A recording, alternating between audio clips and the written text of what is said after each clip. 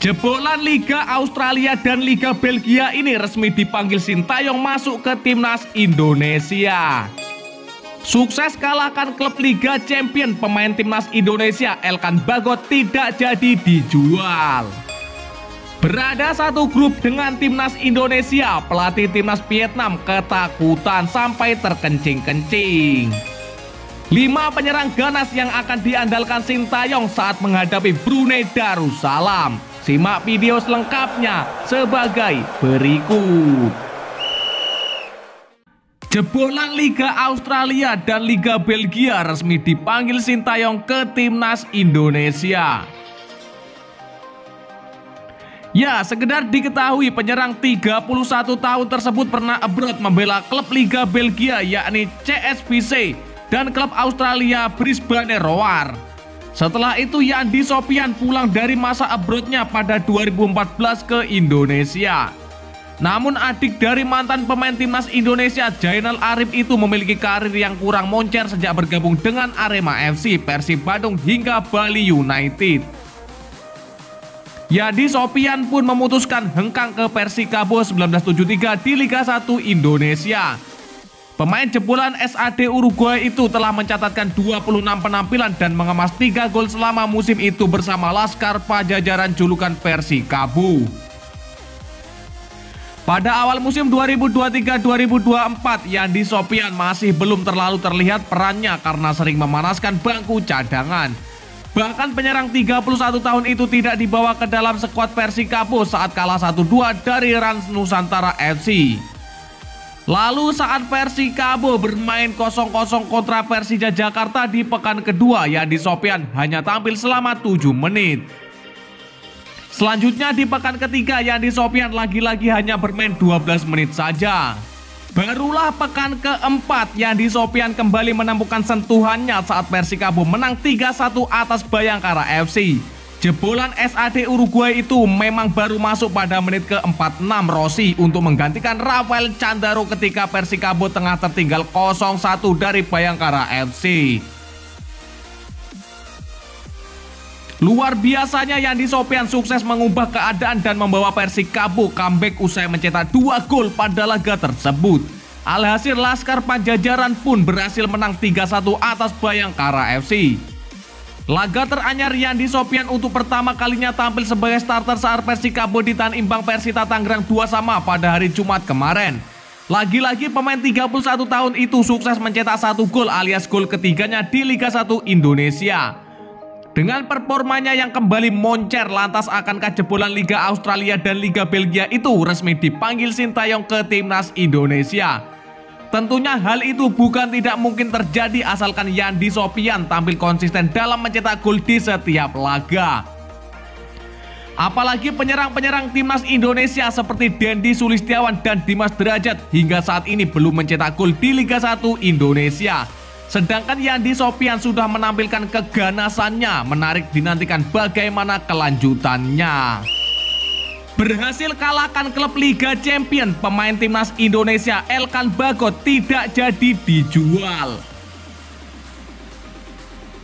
Ya, Elkan Bagot dipercaya sang pelatih Kieran McKenna sebagai starter di laga FC Thun versus RB Leipzig yang digelar di Tivoli Stadium Tirol, Austria. Mentas di laga ini sejatinya masuk kategori berat bagi Elkan Bagot sebab bek 20 tahun ini harus berduel dengan sederet pemain depan RB Leipzig yang masuk kategori pesepak bola top dunia. Sebut saja bomber timnas Denmark, Yusuf Poulsen, penyerang timnas Slovenia, Benjamin Sesko, hingga winger lincah yang dipinjam RB Leipzig dari Liverpool, Fabio Carvalho. Belum lagi Elkan Bagot harus menutup ruang gerak playmaker asal Swedia Emil Forsberg. Berkat beberapa kali clearance yang dibuat Elkan Bagot, FC Thun sanggup tidak kebobolan dalam laga yang digelar 2 kali 30 menit tersebut. Bahkan FC Thun akhirnya menang 1-0 via sundulan Georgi Hirsch pada menit ke-51. Laga ini merupakan uji coba terakhir FC Thun sebelum melakoni divisi Championship atau kasta kedua Liga Inggris yang dimulai akhir pekan depan. Sekarang yang jadi pertanyaan, apakah Elkan Bagot bakal dipertahankan FC Thun? Sebelumnya Kieran McKenna mengindikasikan bakal meminjamkan Elkan Bagot ke klub lain. Hal itu dimaksudkan supaya Elkan Bagot mendapatkan menit tampil yang lebih banyak. Setelah keluar ucapan itu, Elkan Bagot justru sering dimainkan Kieran McKenna. Elkan Bagot seakan menunjukkan dirinya layak mengisi skuad utama Ipswich. Terbukti dalam 2 laga terakhir Elkan Bagot selalu dimainkan. Sebelum RB Leipzig, Elkan Bagot bermain di menit ke-68 saat Ipswich bermain 1-1 kontra klub kontestan Premier League Luton Town. Di akun Instagram resminya, Elkan Bagot pun sudah tak sabar menyambut musim baru. Ya, cara yang bagus mengakhiri pramusim, fokus menuju awal musim ini, tulis Elkan Bagot. Berada satu grup dengan timnas Indonesia, pelatih timnas Vietnam ketakutan. Ya, menurut juru taktik asal Prancis, The Golden Star julukan timnas Vietnam ketakutan dan ketar-ketir untuk melawan Indonesia. Sesuai hasil drawing babak kedua kualifikasi Piala Dunia 2026 zona Asia, timnas Vietnam tergabung di grup F bersama Irak, Filipina, dan pemenang antara timnas Indonesia versus Brunei Darussalam. Khusus untuk timnas Indonesia dan Brunei Darussalam, keduanya harus saling berhadapan di babak pertama karena tidak lolos otomatis ke babak kedua. Jika menang agregat atas Brunei Darussalam, timnas Indonesia dipastikan lolos ke babak kualifikasi Piala Dunia 2026 zona Asia. Pelatih timnas Vietnam Philippe Troussier angkat suara setelah tahu satu grup dengan timnas Indonesia di babak kedua kualifikasi Piala Dunia 2026 zona Asia.